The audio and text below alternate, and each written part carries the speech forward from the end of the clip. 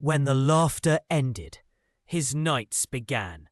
The house was always too quiet, the kind of silence that crawls under your skin and waits. He would sit in the corner of his small room, lights off, breathing heavy, as if the walls themselves were closing in. Sometimes he imagined the laughter still echoing, bouncing off the cracked ceiling, haunting him long after everyone was gone. He tried to drown it with music, with distractions, but the silence always won.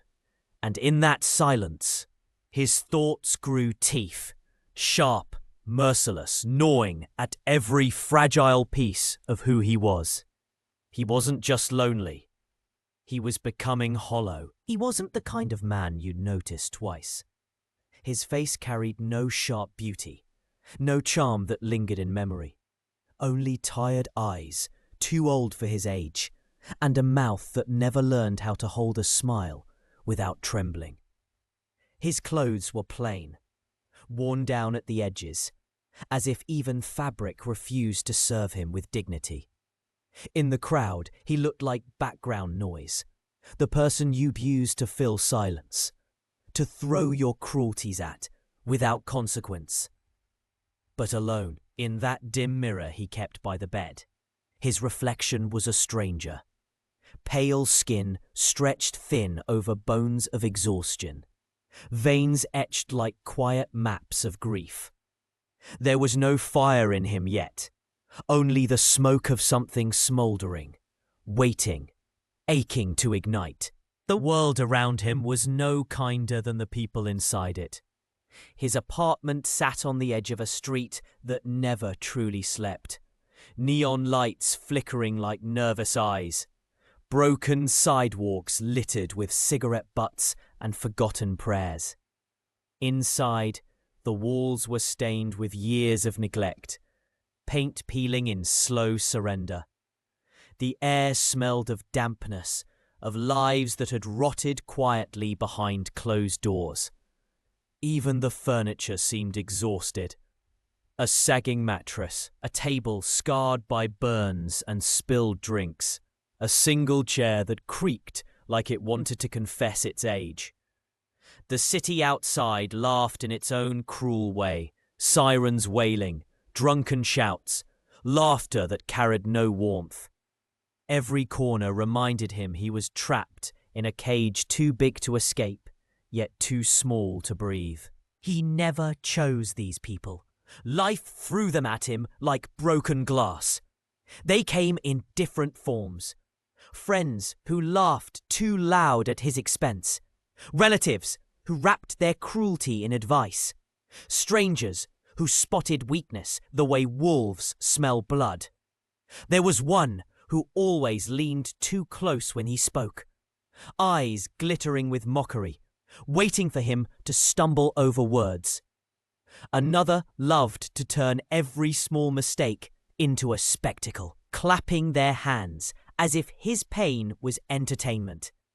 And then there were the silent ones, the worst kind, who never mocked outright, but whose eyes carried that quiet verdict: worthless. They didn't need to scream. Their presence alone was poison, dripping slowly into his veins until he couldn't tell if the sickness was theirs or his own. The father wasn't just cruel, he was a storm in human form.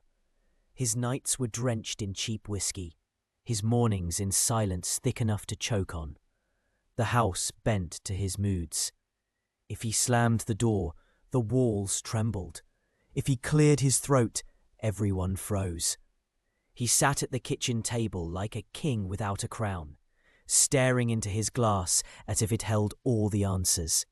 His knuckles were always red, scarred from fights no one dared ask about. He smelled of sweat, smoke, and broken promises. Sometimes, in the rare calm, the boy caught glimpses of the man he might have been. A worker, with tired eyes, shoulders heavy with failure.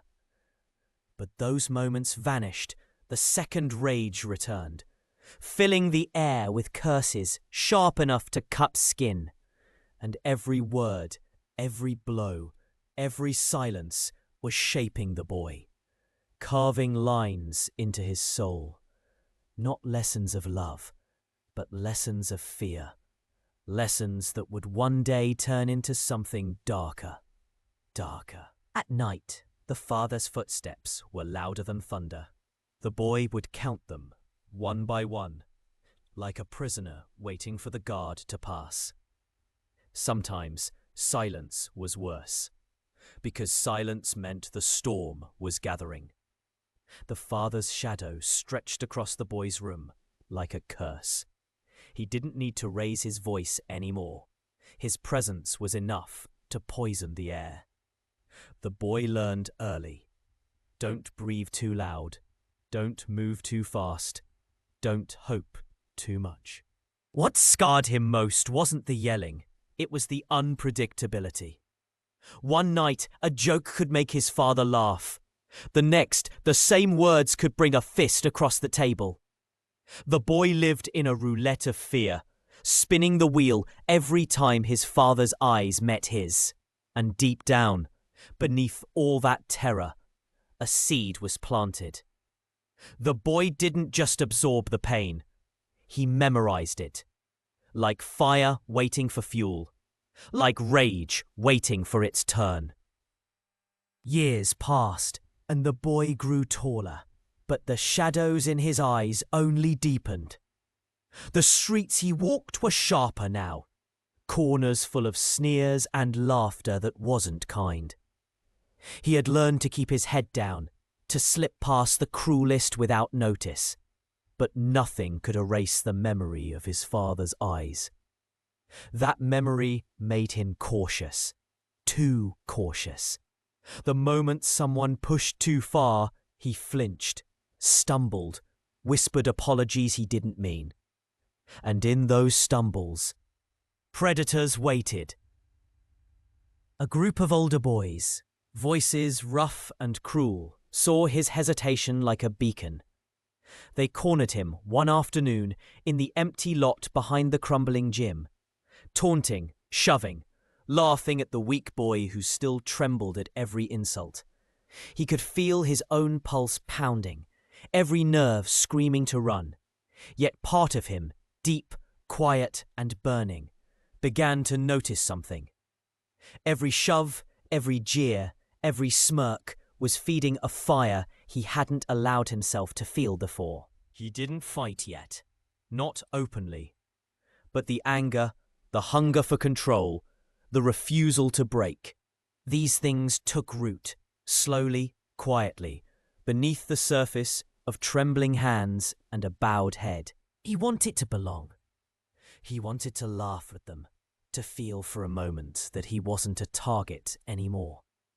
So he followed, joked, let himself be pulled into games he didn't fully understand. At first, it felt like acceptance. Their laughter seemed warm, their pushes and shoves just rough teasing. He tried to mirror their jokes, to fit in, to hide the tremble in his hands. But little by little, the edges of their amusement sharpened. A casual remark that cut deeper than a blade. A smile that mocked his every move while pretending to be friendly.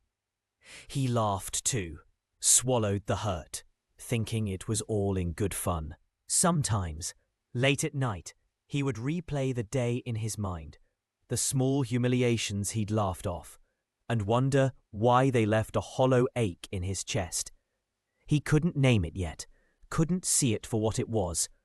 All he knew was that being around them felt like walking on ice thin enough to crack underfoot, and he feared the moment it would. Yet he kept coming back, thinking each day could be different, each shove a joke he just needed to laugh off, until the lines between cruelty and friendship blurred so completely he barely recognized where he ended and they began. He began to notice the pattern, the laughs that weren't really laughs, the pats on the back that left bruises on his pride, the words that pretended to be jokes but landed like stones. Each encounter was a subtle cut, and he carried them with him, stacking them silently behind his ribs. At first, he whispered to himself, "It's nothing. They're just playing." But the whispers grew quieter, replaced by a heat that simmered low in his chest. He didn't speak of it. He didn't even allow himself to look at his hands, trembling from the memory of every shove and every insult. And yet, he noticed a strange power rising in him. Not the obvious kind, no triumphant roar, but a quiet, creeping strength. Each insult memorized, each shove noted, every smirk catalogued. They were building him, molding him in ways no one would see until it was too late. He started to walk taller, not because he felt safe, but because he had learned the rhythm of danger. He could anticipate the laughter, dodge the pushes, and most importantly, feel the storm inside, waiting for the right moment to strike back. He sat alone on the edge of his bed, knees drawn up, staring at the floor like it held the answers. Years of laughter that cut, pushes that bruised, whispers that humiliated. They all played in his mind like a relentless film. For the first time, he didn't flinch. He let himself feel it all. The anger, the shame, the weight of every insult, every shove, every cruel joke. It built a fire deep in his chest. Something hot and raw that gnawed at his ribs and pushed his pride to the surface. He whispered to himself, almost like a promise, "Enough. Enough of letting them break me." He closed his eyes and imagined each face, each voice, each shove. And for the first time, he saw them as what they were, shadows, monsters dressed in human skin. The thought came quietly, like a whisper, then roared inside him. What if he didn't flinch anymore? What if he told them, each one, "Stop. Enough of your games"? He pictured the typical response, a laugh, sharp and cruel, the words dripping with contempt. "How dare you, you worthless fool? I was just joking. You're sick, you're nothing." But the fire in his chest had grown too strong, the hunger for control too deep. Today, he would face that monster, tell it firmly, "Stop. This is the limit. No more." He walked into the empty lot behind the crumbling gym, the cold wind cutting through the thin fabric of his jacket. Every step echoed like a warning, every breath visible in the grey air. The boys were there, leaning against the rusted chain-link fence, their smirks sharp enough to draw blood. One of them stepped forward, a tall kid with eyes like knives, his grin wide, teeth flashing. "Well, look who finally showed up," he said, voice dripping mockery. "Still trembling, huh?" The boy didn't respond immediately. He stopped a few feet away, letting the wind whip around him, letting the shadow of his own fire settle deep in his chest. He felt the anger like a living thing, coiling around his ribs, tightening his jaw. When the kid lunged with words, sharp and taunting, the boy finally spoke, his voice low, deliberate, and strange even to him. "Stop. Enough." The tall kid laughed, a sound like broken glass. "What, you think you can tell me what to do? You're nothing. Just a weak joke, that's all." For a moment, the boy's chest tightened, old fears clawing up from years of abuse, whispers of run, hide, stay small. But then he felt it, the fire he'd nurtured for so long. It surged up, coiling through his arms, his legs, anchoring him in place. He wasn't trembling, not anymore. "Stop. That's your limit," he said again, louder now. letting every word taste like iron, like control, like a promise that he would not break. The boy's eyes locked on the smirk, on the faint twitch of surprise, and he realized, for the first time, the monster in front of him might actually be afraid. The boy took a deep breath, the cold air burning his lungs, and stepped closer. His eyes locked on the tall kid, unblinking. "Yo, cut it out. Enough," he said, voice steady, carrying weight he didn't know he had. The tall kid laughed, a sharp, cruel sound. "What? You talking to me? You think you can tell me what to do? Man, you're pathetic. Just chill. I'm joking." The boy didn't flinch. He leaned slightly forward, shoulders squared, letting the wind whip around them. "I said stop. That's your limit. Don't push it." The tall kid's smirk faltered, a twitch in his jaw. "Ah, you serious? You ain't got the balls, man. You scared." The boy's chest rose and fell slowly. Calm, cold, a fire simmering under his skin. "I'm not scared. Not anymore. Back off, or I swear you'll regret it." For the first time, the tall kid hesitated. The smirk faded, the laughter gone. The boy felt the weight of all those years of pain and humiliation solidify into something sharp, something unbreakable. He wasn't trembling. He wasn't weak. He was standing, fully present, and the monster that used to laugh at him was for the first time unsure. After the tall kid walked away, shoulders stiff, the boy stayed where he was. The wind bit through his jacket, but he barely noticed. Everything felt sharper, louder, clearer. For the first time, he didn't feel small. The years of fear, the whispers, the pushes, they were still there, etched in his memory. But now they were tools, pieces of armor he could wear. He sat on the edge of the lot, knees drawn up, staring at the ground.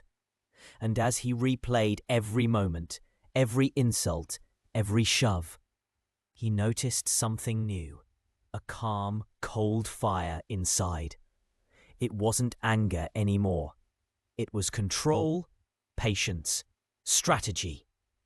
The boy realized he had started something that couldn't be undone. The fear that once ruled him had been replaced by something sharper, quieter.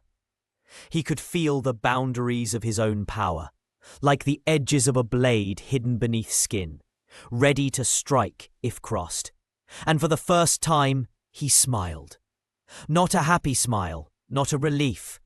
Something darker, something satisfied. He knew he had survived the storm, and that storm was now part of him. He started to understand something vital. Every person who tried to push him past his limits had a shadow inside them. A dark side that came alive the moment he said stop. It wasn't subtle. The moment he spoke his boundary, the shadow screamed. Words slashed through the air. Insults, mockery, threats. Sometimes the shadow lunged. Claws invisible but sharp, ready to strike. Most people would shrink, apologize, bend. Most people would swallow the pain and retreat. But he didn't. He sat with it, watched it, named it. He felt the fear, tasted the anger, let the tension coil in his chest like a living thing. He faced it, fully, without flinching, without giving in. The secret wasn't to destroy it. The secret was to accept it, to look it in the eyes and hold your ground, to let the monster scream, rage, threaten, maybe even fight, and not give an inch.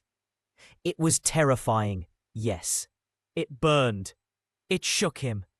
But the moment he realized he could survive the shadow, could stand while it roared, he felt something strange. Power. Cold. Quiet. Unstoppable power. The secret of the healed, the strong, the unbroken.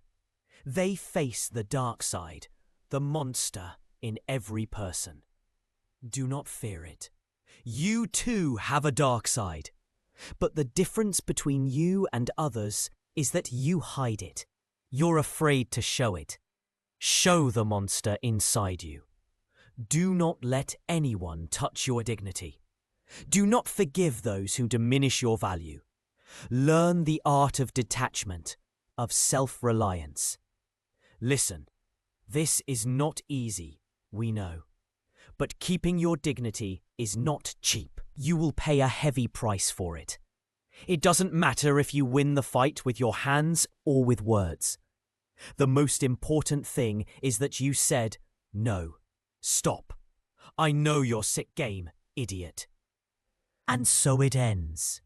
Not with a roar, not with applause, but with a quiet understanding.